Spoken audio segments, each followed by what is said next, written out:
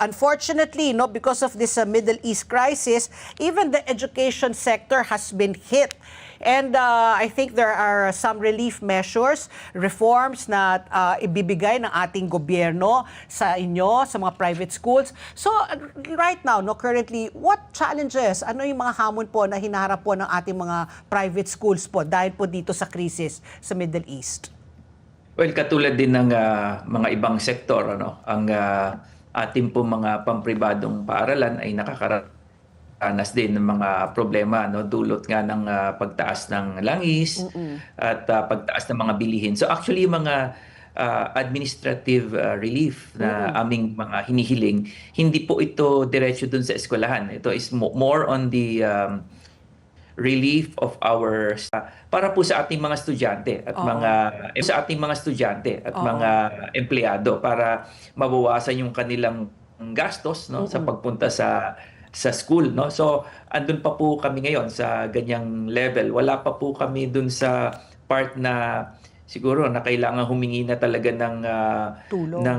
tulong, no, pang-financial sa mga eskwelahan. Siyempre doon muna tayo sa ating mga stakeholders. So far, no, the Middle East crisis has been ongoing since February 28. So we're on the 6th week na po.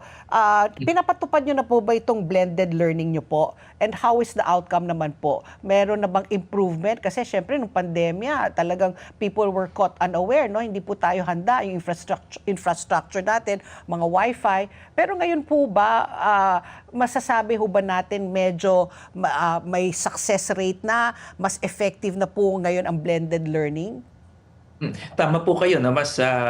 Kung titingnan natin yung kahandaan, mas handa po tayo ngayon, no? Kasi nagkaroon naman tayo noon ng mga online and hybrid learning platforms, no? So ang mga private schools natin may kakayanan po yan, no?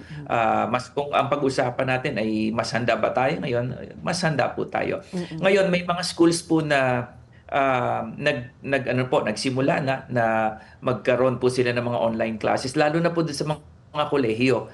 Kasi karamihan ng mga, pero sa ngayon kasi hindi pa natin talaga makikita yung kung tayo ay fully prepared.